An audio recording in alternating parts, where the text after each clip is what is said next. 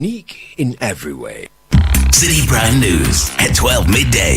Update you on all the running stories and connect you to the newsmakers. Citi News.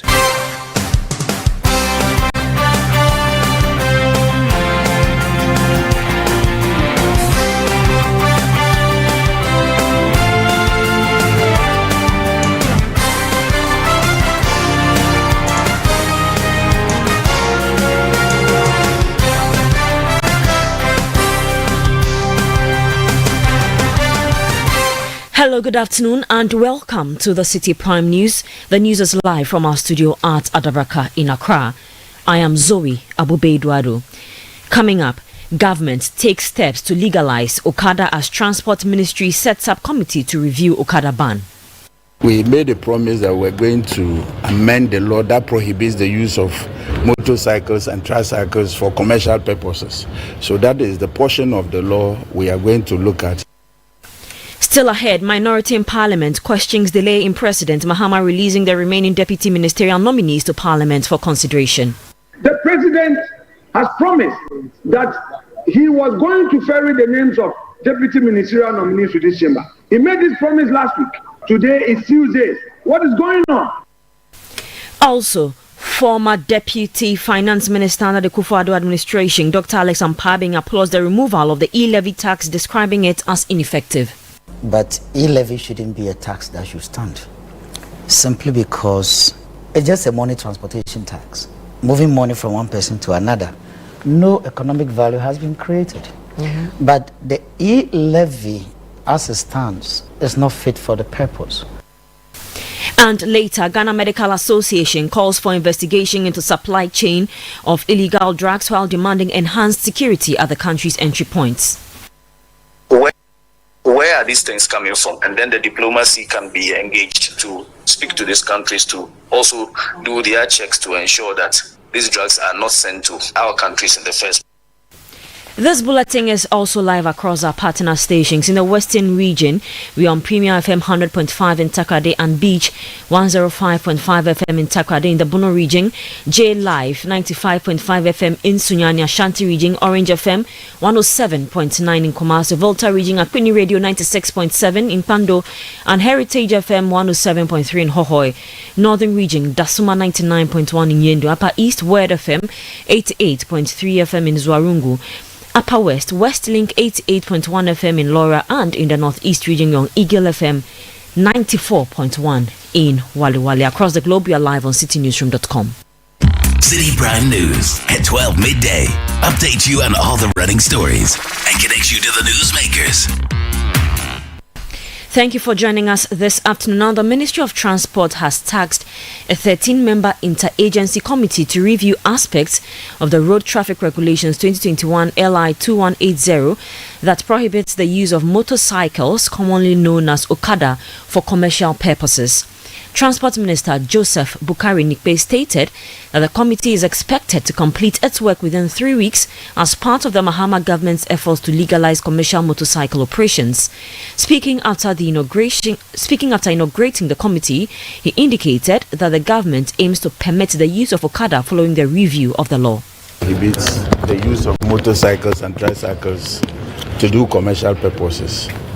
And exactly that is what we are doing.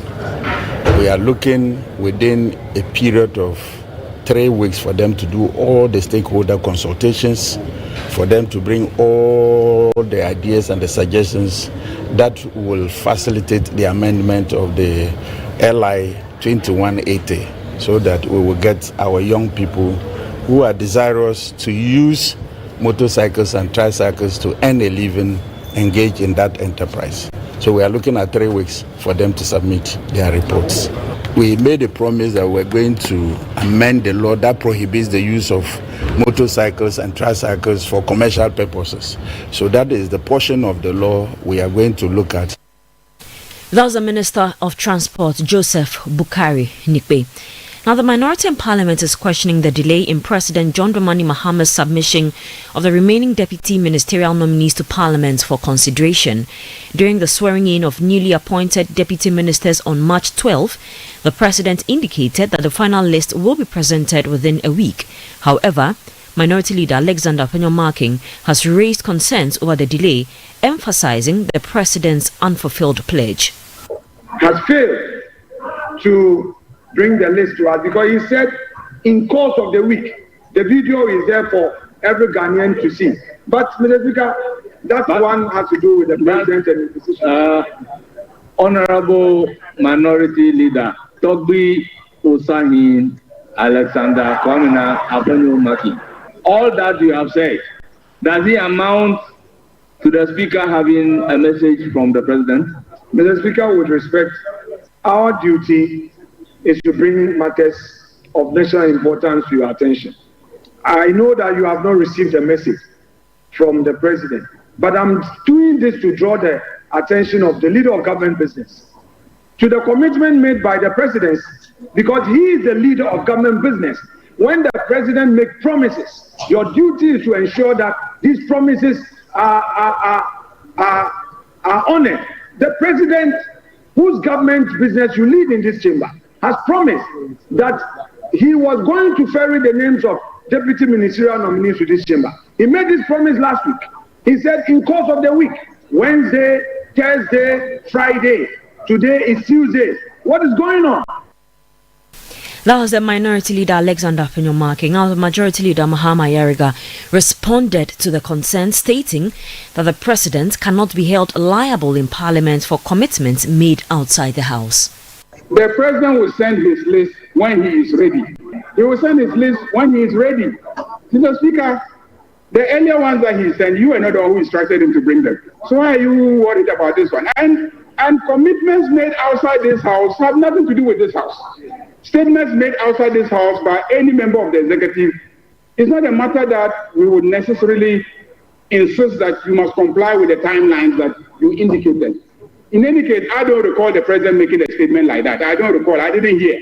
I haven't monitored media to hear the President make such a statement. I don't recall. If the President had told me, the leader of his business here, that he intends to submit a list by a certain date, I would have followed up.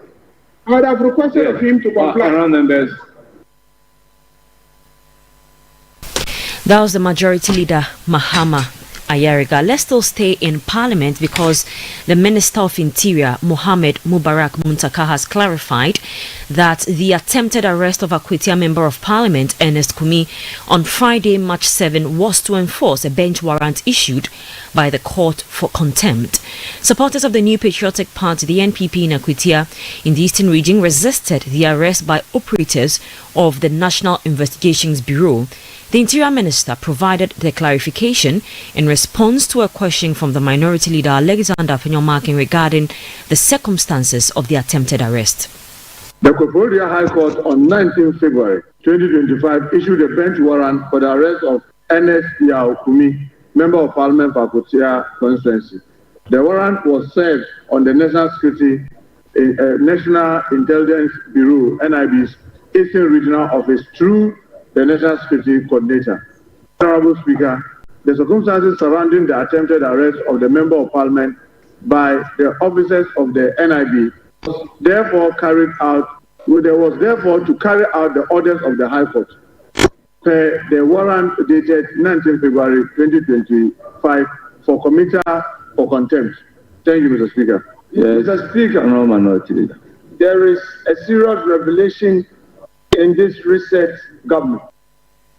So you heard that the Minister of Interior, Mohammed Mubarak Muntaka. Now, the Minority Leader, Alexander Penyomarking, urged the Interior Minister to avoid endorsing illegality, arguing that the Supreme Court has suspended the High Court's directive at the time, or the Supreme Court had suspended the High Court's directive at the time of the attempted arrest. The Minister says, unfortunately, they didn't get him. If they had gotten him, they arrested him.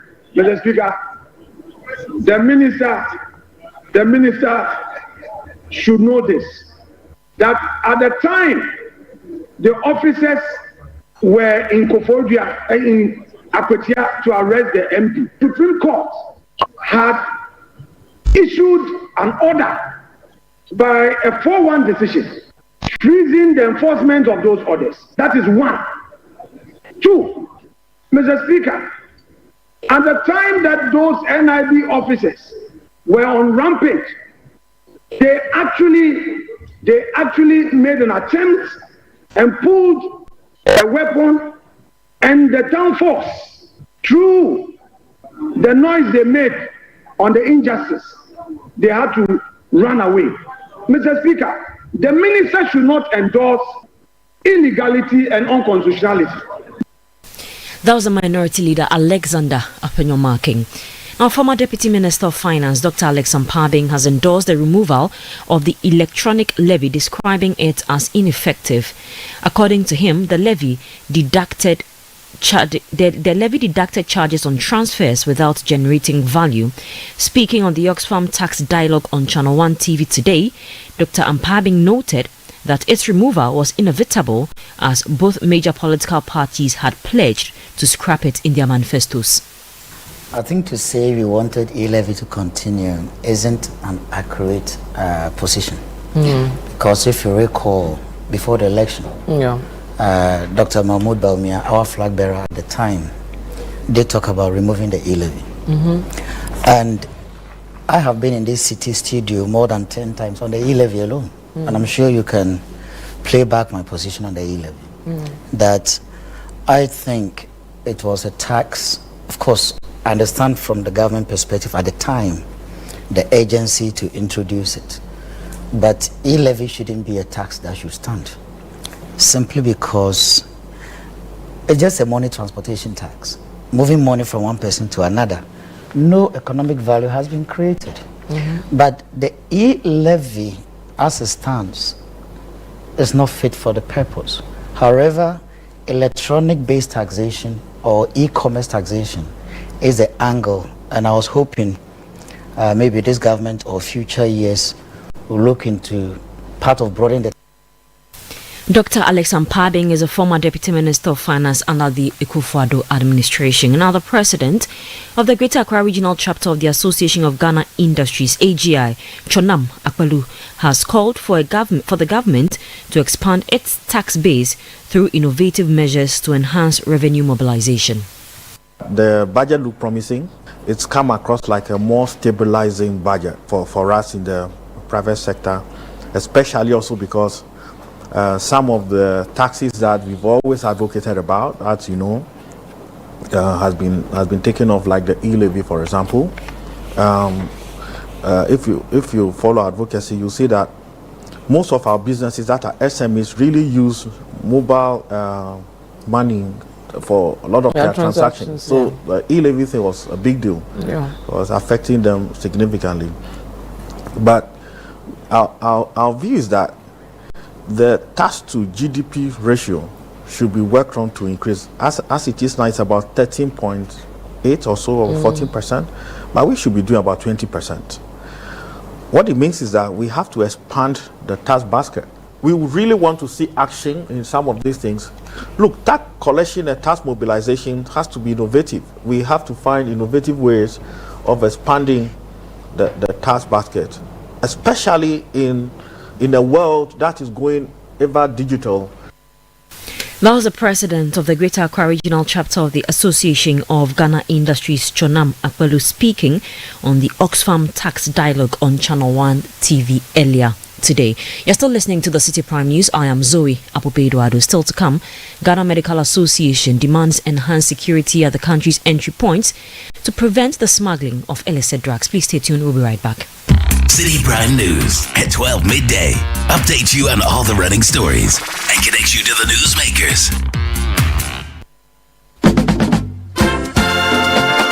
This year, something magical is happening. A celebration of tradition, flavor, and community. Welcome to the Backyard Village Food Festival 2025. Taste the heart of your heritage with mouth-watering dishes from across the country, like Ademe with Akple, Tozafi with Ayoyo soup, Kokonte, Apapransa, Rare Quine, and many more. From rich spices to sweet treats, it's a journey for your senses. We're taking you back to your village. Oh yeah! Yes, let's recreate our age-old recipes. But it's not just about food, you know. We're celebrating culture, connecting with family, and making memories that last a lifetime. This March, let's come together and discover the flavors that make us who we are. The date is 29th and 30th of March 2025. The venue, Accra Metropolitan Assembly, and the time is 10 a.m. through till 6 p.m. each day. The Back to Your Village Food Festival 2025, where food,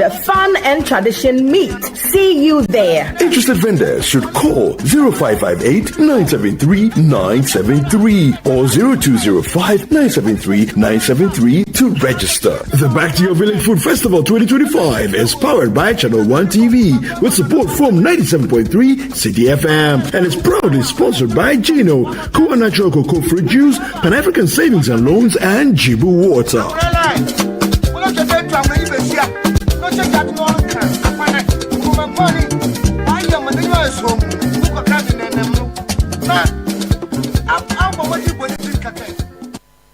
Citi Prime News at 12 midday. Update you on all the running stories and connect you to the newsmakers. You're welcome back to the Citi Prime News. Let's bring you some more stories now. And the official account of President John Dramani Mahama has indicated that his official X account has been restored after it was compromised and used to promote a cryptocurrency platform, Solana Africa. The Cybersecurity Authority had earlier confirmed the breach, which occurred on Sunday and took nearly 2 days to resolve, raising concerns about the security of the president's online data. In a post at 10:30 a.m. today, the president's personal account stated that his team had regained control of the account and was working with X support to prevent future incidents. Speaking to Citi News, technology consultant Maximus Ametogo attributed the breach to lapses by the account handlers. There was a security negligence from maybe the manager of the account, right, who didn't make sure that either the platforms they visit while the account is open, they make sure they don't visit the website that has like vulnerabilities or can pose threat to the account. You know, so if I visit a website and then I visit a compromised site or a hacker's platform, they can use softwares or bots to have access to an open account. Because I'm using the same browser, they can compromise my account. I may not even know immediately, and they may take over my account later on. That may be the issue, or maybe a device that was compromised and that was used to hack into the account. He added that the duration it took to restore the account was unacceptable. 24 hours or 48 hours was quite a long time. This should have been done between government and then the X company directly. When it happened, 1 hour, 2 hours, they should engage them and tell us what was happening instead of telling us they were working with the X to resolve the issue. So for me, it was too long. That was technology consultant Maximus Ametogo. Now, President John Dramani Mahama is expected to arrive in Sierra Leone today for an official visit. Upon his arrival, President Mahama will be welcomed by Sierra Leone's President, Dr. Julius Maada Bio, alongside representatives from Ghana's diplomatic missions in the country at the Freetown International Airport. The two leaders are set to engage in bilateral talks to strengthen their relationship between their nations. The discussions are anticipated to cover areas of mutual interest, including trade, economy, and social infrastructure, as well as regional cooperation. Now to one of our headline stories, where the Ghana Medical Association has urged the government to strengthen security at the country's entry points to prevent the transit of illicit drugs. This follows the interception of opioid worth over 20 million cedis at the Tema Port yesterday en route to Niger. Speaking to Citi News, General Secretary of the GMA, Richard Salome, called for an investigation into the supply chain of the drugs and measures to prevent future occurrences. The effects of using opioids and other addictive medications come in multiple folds. One is the effects of the drugs themselves. I'm sure you have seen videos of how people who take these drugs, even the regular ones that we prescribe at 50 milligrams, 75 milligrams, can sometimes induce drowsiness in people. So imagine those who are taking this so-called red, which comes in the very high doses of 200, 225, and 250 milligrams. So you see people essentially caught in stupors. They can't even reason for themselves. They become addicted to these medications. They are drowsy. Some of them fall into fire. I've seen videos, some of them even falling into soups. So one, injuries, they can get themselves injured. They can themselves also, as a result of their addiction, begin to engage in behaviors that are, I would say, are criminal, so that they can fund their addiction. The GMA also urged the media and religious bodies to use their platforms to educate the youth on the dangers of opioid and drug abuse. The need to work with other partners beyond health and then the security services to look at external sources. Where are these things coming from? And then the diplomacy can be engaged to speak to these countries to also do their checks to ensure that these drugs are not sent to our countries in the first place. So we will also appeal that the media doesn't just talk about these issues as one-offs and let them go and move on to other stories. But these are things that affect the very fabric of our society, and that the media should dedicate some time on a regular basis to follow up on these issues, and also appeal to the religious authorities, the traditional authorities, and other key stakeholders in society to keep an eye on this issue, because it's a big issue that is destroying the youth of this country. That was the General Secretary of the Ghana Medical Association, Richard Selume. The Food and Drugs Authority, the FDA, has cautioned the public against purchasing unregistered products. The authority says some individuals and groups with support from community information centers are promoting and selling substandard products with false claims of curing various diseases, which often worsens the health conditions of users. Speaking after enforcement exercises at community information centers in the New Jobbing North and South municipalities, where several unregistered medicines were seized, Eastern Regional Head of the FDA, Anita Osukufo, reiterated the authority's commitment to sanitizing the markets and protecting public health. If you know information center, you know they're always playing something, and our issue is the content of the message is that they are putting out. So they're making claims about diseases and indications not suitable for the products that they are selling, or either the products have not been registered or doesn't even have the advert permit. Since we've seen the product, there's no way we can allow such products to be offered for sale, unregistered products with claims and proven certain contents of the adverts that were not suitable. So the pen drives or the medium were taken away and the products were respectively seized. The owners were invited. But there was a clear communication between us and those responsible at the places that we went to. That was the Eastern Regional Head of the Food and Drugs Authority, the FDA, Anita Osukufo. Now, the African Centre for Parliamentary Affairs, ACEPA, has called for the consolidation of the two entry points at Parliament into a single access point to enhance security. This follows an incident where the Inshayeso Member of Parliament, Stephen Amwa, was allegedly harassed by a stranger during the presentation of the 2025 budget. Also, the minority leader, Alexander Fenyon-Marking, raised concerns about the security in Parliament.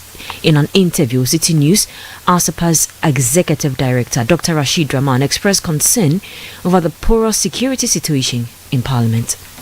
Our Parliament has been very porous over the years. We haven't taken the issue of security quite seriously. I mean, you go to many parliaments, there's only one single entrance, and you have to identify yourself, you have to identify where you are going, and that has to be confirmed before you get in. I.e., you go to the Parliament of Zambia. Whenever I go to that Parliament, I think about our Parliament. You know, before you get in, even if you are doing work, you came there the previous day, you are coming again the following day, you have to go through those security protocols before you get in.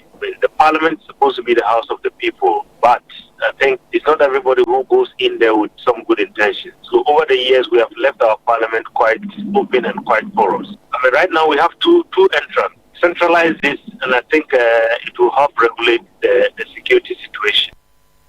That was the Executive Director of the African Centre for Parliamentary Affairs, Dr. Rashid Rahman.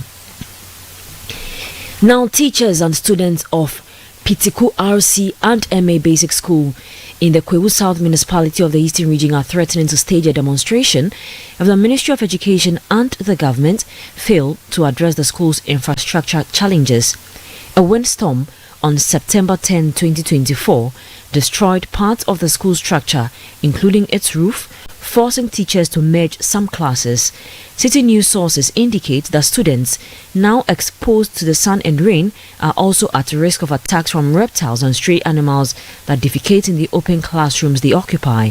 A teacher speaking to Citi News on condition of anonymity revealed that the dire infrastructure situation has led to teachers declining postings to the school.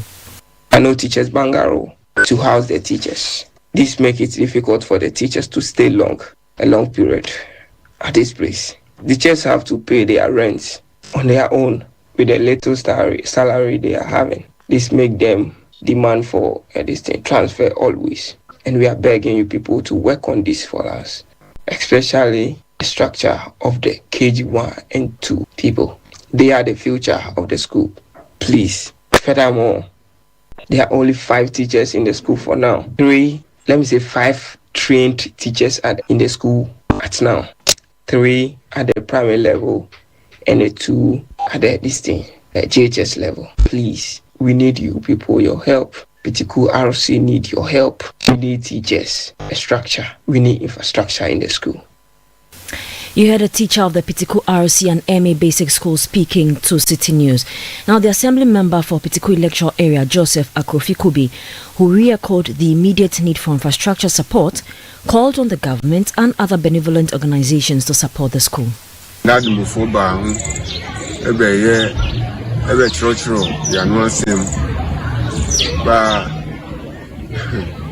NADMO and education officials assessed the school's destruction last year, but we are yet to receive any assistance. I appeal to benevolent individuals and NGOs to support the school. More than 200 students were housed in these dilapidated structures, but have been relocated to a building that previously served as a canteen. We urgently seek government intervention.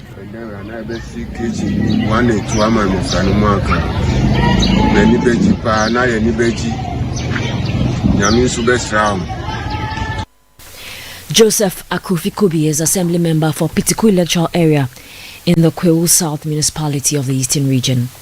Now, the Ghana Water Limited has stated that it is working assiduously to address inconsistent water supply in the Ningo Pram constituency. This assurance follows social media posts by the Member of Parliament for Ningo Pram, Samnati George, on the situation.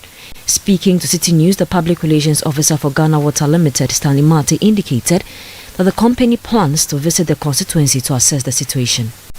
It's a gradual process, okay? It's a gradual process. So they are all not, and this happened only the day before yesterday. So we don't expect that in less than a week, everything is 200%. So we are still working on it, and gradually we'll see the improvement. Okay, we are in the process.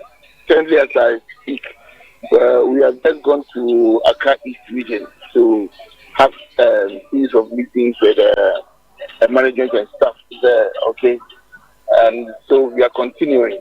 I mean, we are visiting some of the districts that I will get to from as well. You are the Public Relations Officer for the Ghana Water Limited, Stanley Mate. Now, residents of Lugni affected by a rainstorm are making efforts to rebuild their homes, whilst those unable to do so continue to struggle. This comes after officials from the National Disaster Management Organization in the Nanumba South District of the Northern Region were prevented from assessing the damage caused by a severe rainstorm on Sunday evening. According to residents, NADMO has never provided them with support during past disasters, despite frequently visiting the community to take pictures and videos for assessments.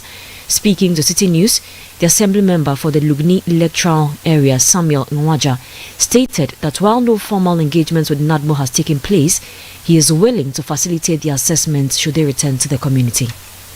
They are basing their issue on a precedent that the officers of NADMO take them for granted. They assess it on release funds, then they don't give it to them. So they resort to individual help, and those who can't also do that, they they have hopelessly.